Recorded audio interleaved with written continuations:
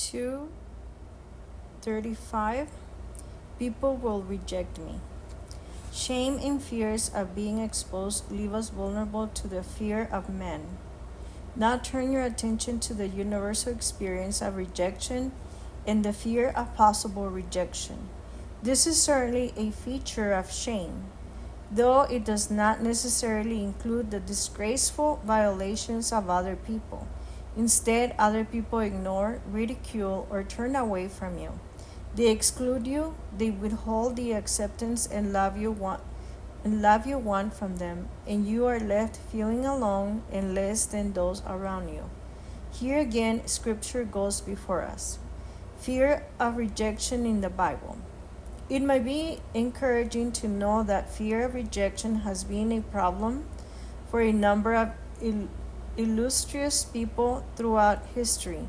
For example, Moses warned the leaders and judges of Israel about this very thing, Deuteronomy 1:17. He knew that people reverence the opinions of others, show favoritism, and honor some people above others because they fear rejection from those whom they consider important. This human tendency was an especially important issue for Israel's judges.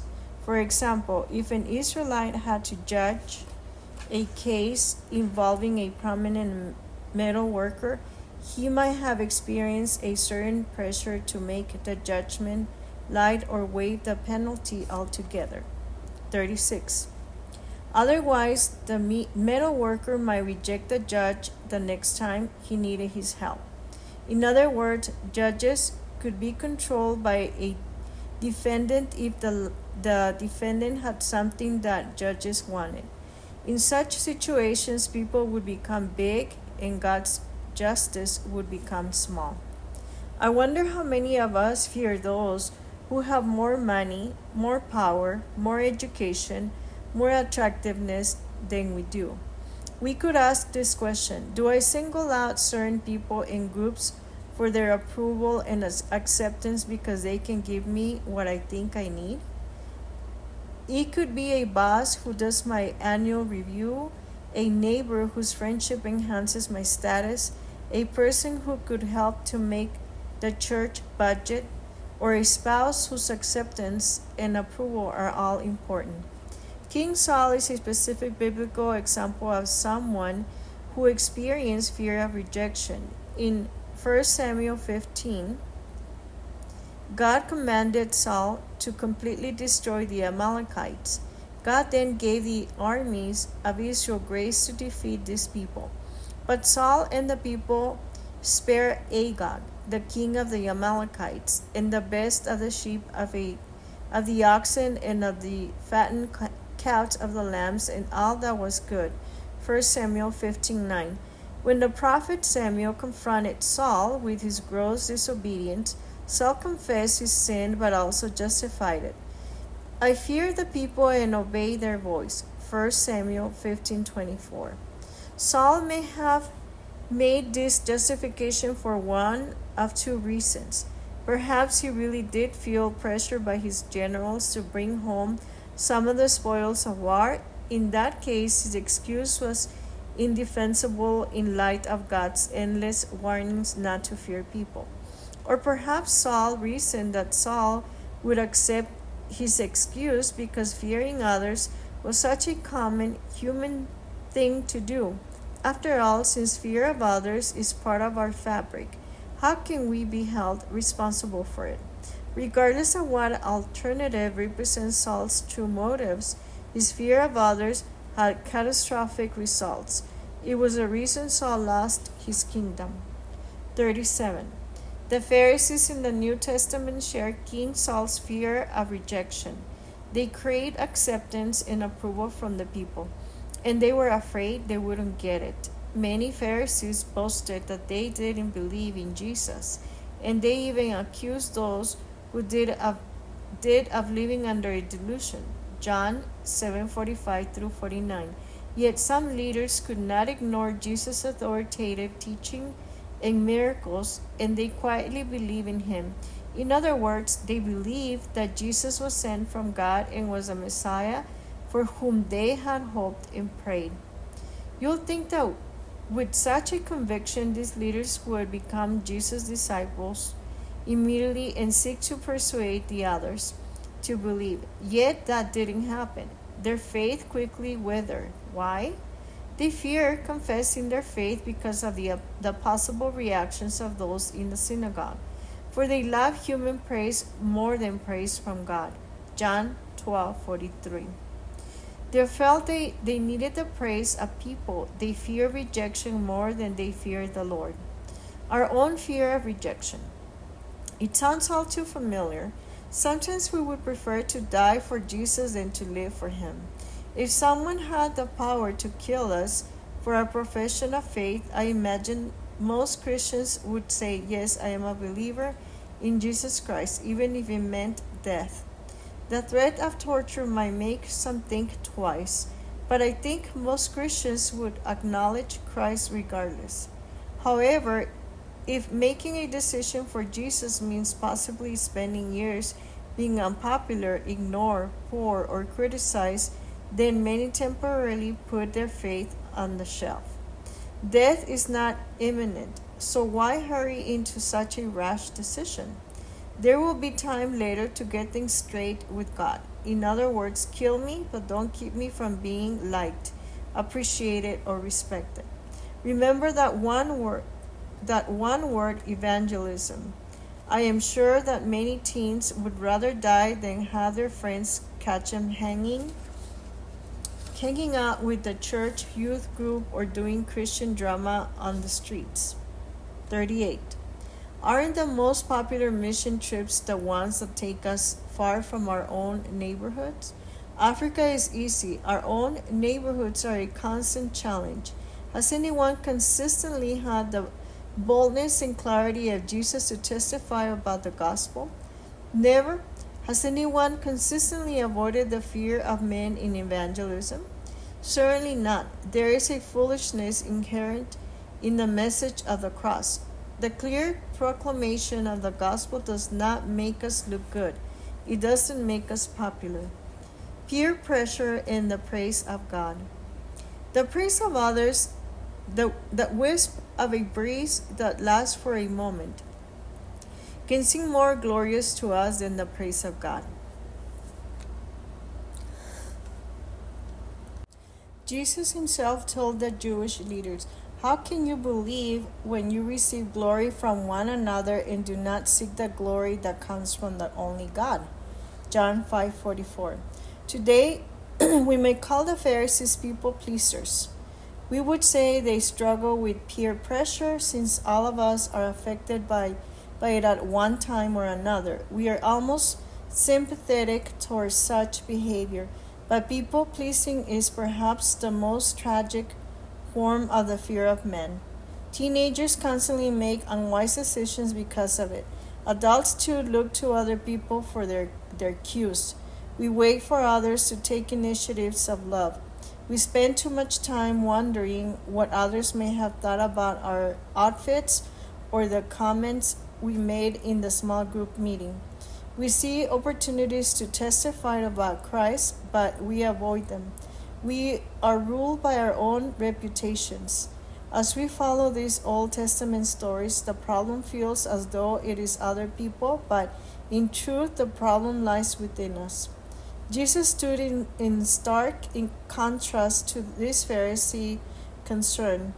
He did not show favoritism. Instead, he reached out to male and female, rich and poor, people of all races and ages. He did not take a poll of what was popular before he began to teach. Instead, he spoke truth that was often unpopular but could penetrate the heart. I do not receive glory from people, he said, John 5:41. 39. Even his opponents could see this. Teacher, we know that you are true and teach the way of God truthfully, and you do not care about anyone's opinion, for you are not swayed by appearances. Matthew 22:16. Of course, their remarks were a form of flattery they hoped to trap Jesus, but they were true remarks nonetheless. Jesus' imperviousness to the opinions of others was part of his teaching with authority, and it was one of the features that distinguished his ministry from that of all the other Jewish leaders. This attitude also characterized the ministry of the Apostle Paul. He exhorted his churches to be imitators of him as he was an imitator of Christ. 1 Corinthians 4:16, 1 Thessalonians 1:6. By this, he was encouraging his disciples to imitate his life and doctrine, an imitation that included seeking the praise of God rather than men. 1 Thessalonians 2:4. Paul was not a people pleaser. He was a people lover. And because of that, he did not change his message according to what others might think. Only people lovers are able to confront. Only people lovers are not controlled by other people. Paul even indicated to the Galatians that if he were still trying to please men, he would not be a servant of God. Galatians 1:10. That is how seriously he took the fear of men. Not that this came naturally. Paul had the same fleshly instincts we do, and he knew it. As a result, he beseeched the churches to pray for him. Make supplication also for me, that words may be given to me in opening my mouth boldly to proclaim the mystery of the gospel, that I may declare it boldly as I ought to speak. Ephesians 6:19-20.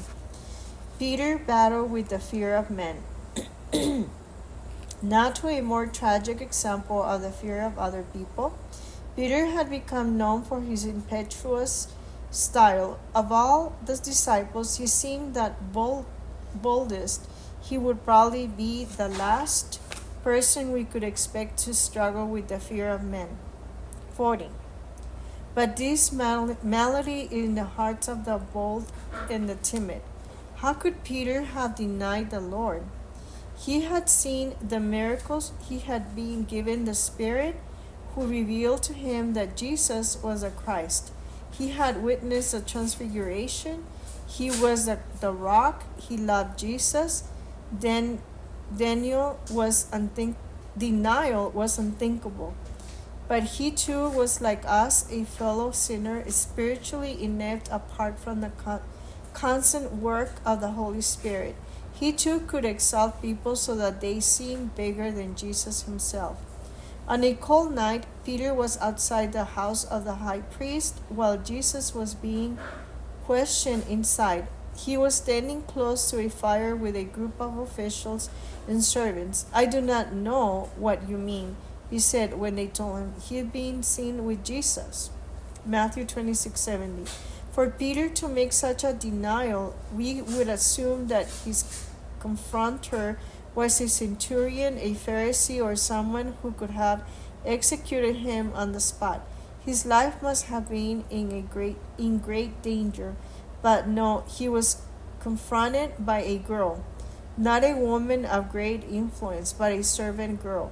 Yes, she was a servant of the high priest, but the high priest was busy with his inquisition of Jesus.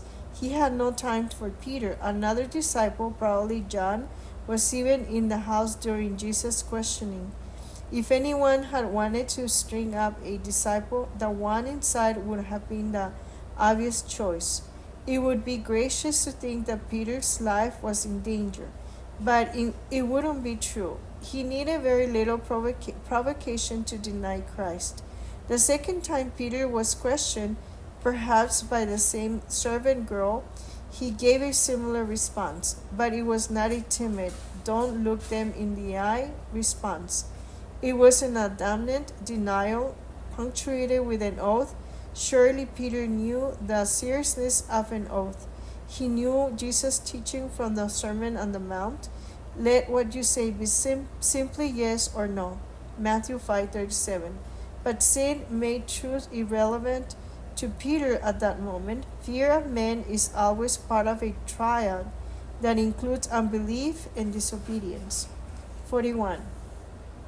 Peter's third denial was even worse. He began to invoke a curse on himself and to swear, I do not know the man. Matthew 26:74.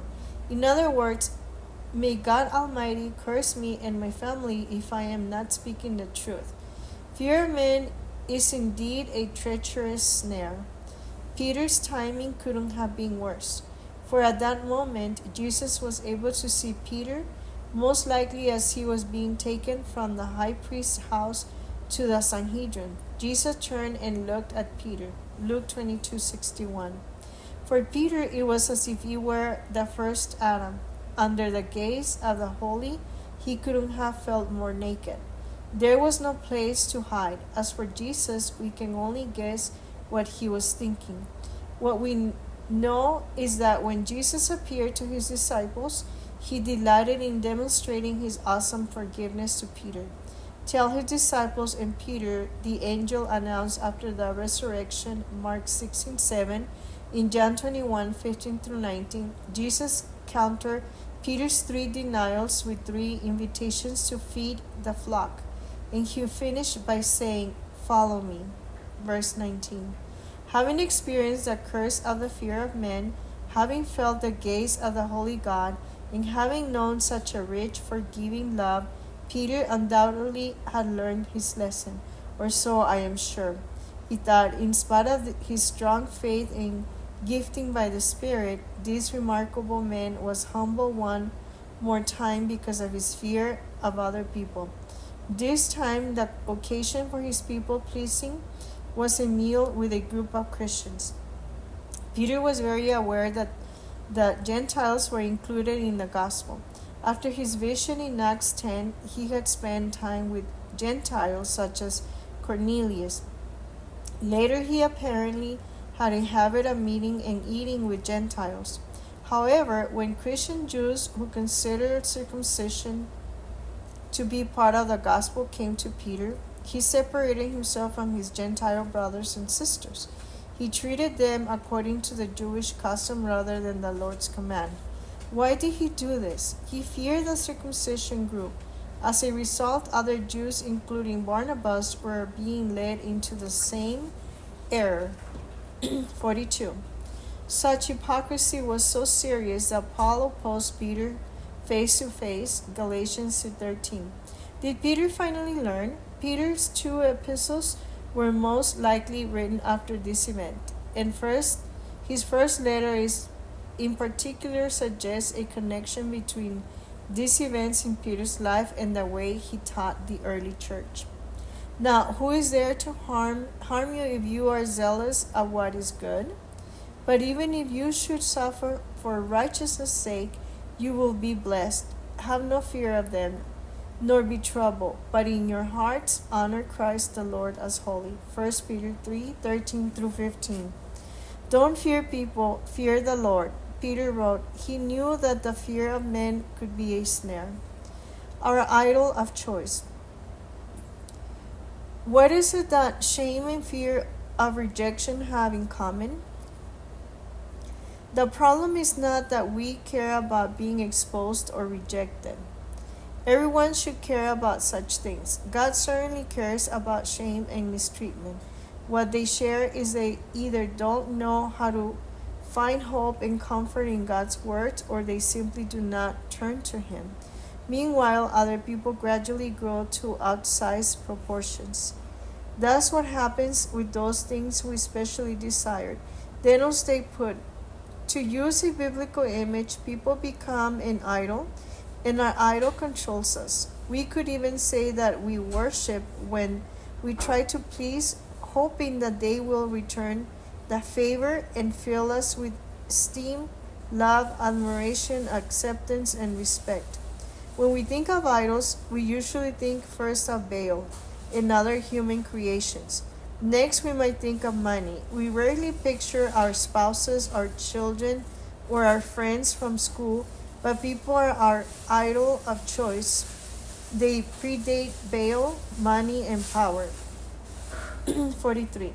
All idols, people are created things, not the creator. Romans 1:25.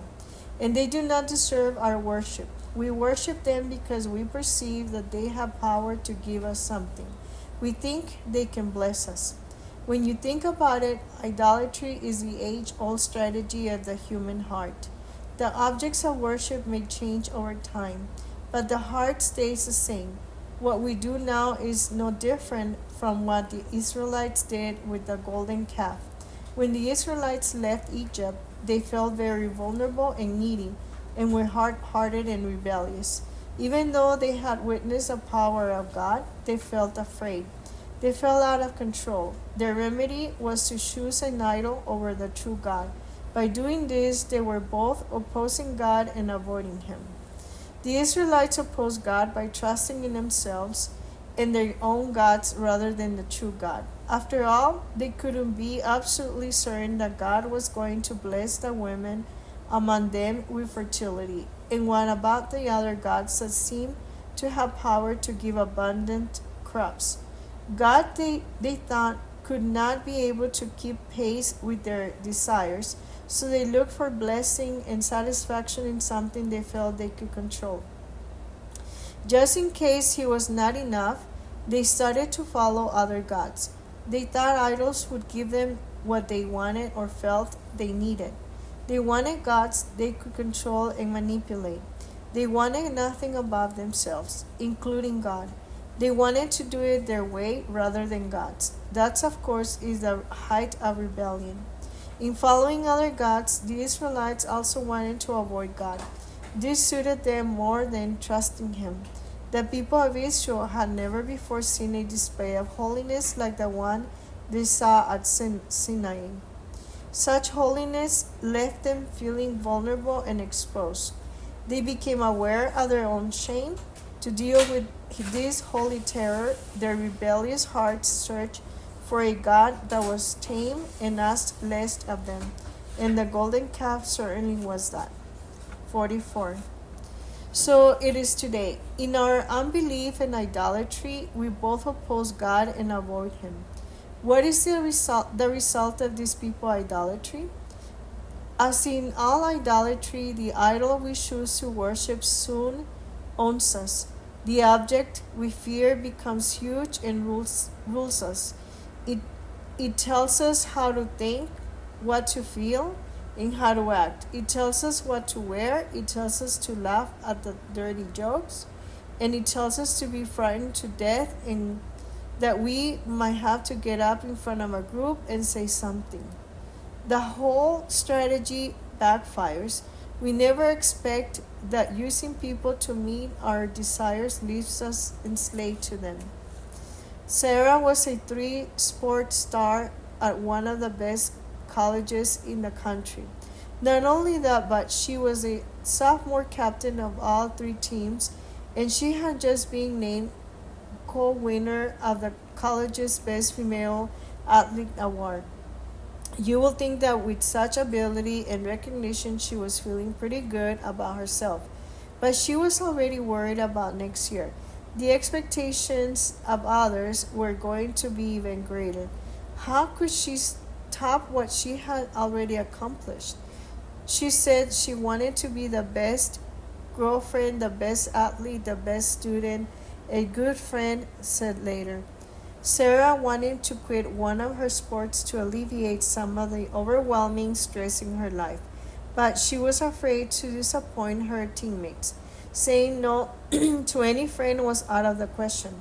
She wanted to please everybody and couldn't stop. One person observed. Excuse me. She could think of only one way out. Sarah took a .22 caliber rifle and shot herself in the chest. People had become Sarah's idol. She needed their approval.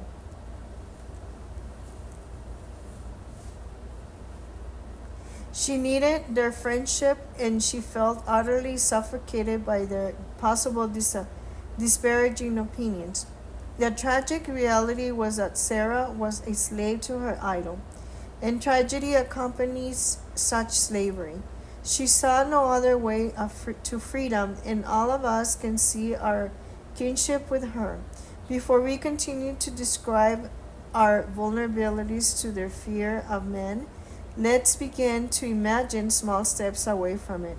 For example, if you feel as though you failed and as a result felt the possible disapproval of others, notice that you have established the supreme law of the land. Certain people must be pleased with you. The law, of course, is a trap. It can never be attained. And when we fail to attain the approval of certain people, there is absolutely nothing we can do about it. The law provides no means of being forgiven or justified. Somehow, that law needs to be abolished and replaced by something that has hope attached to it. 45. For further thought. The purpose of these first two chapters is to reveal the fear of men in all of us. The reality behind this fear goes far beyond our contemporary idea of being afraid. In the biblical sense, what we fear shows our allegiances, it shows where we put our trust, it shows who is big in our lives. 1. In your own words, what is the fear of man? 2. Make a short list of the ways the fear of others is expressed in your life.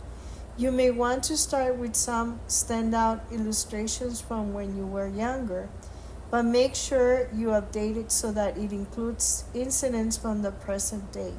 What thoughts or actions do you prefer to keep in the dark? Have you noticed times when you cover up with lies, justifications, blaming, avoiding, or changing the subject? If so, you want to look better before people. What people or groups have the greatest hold on you?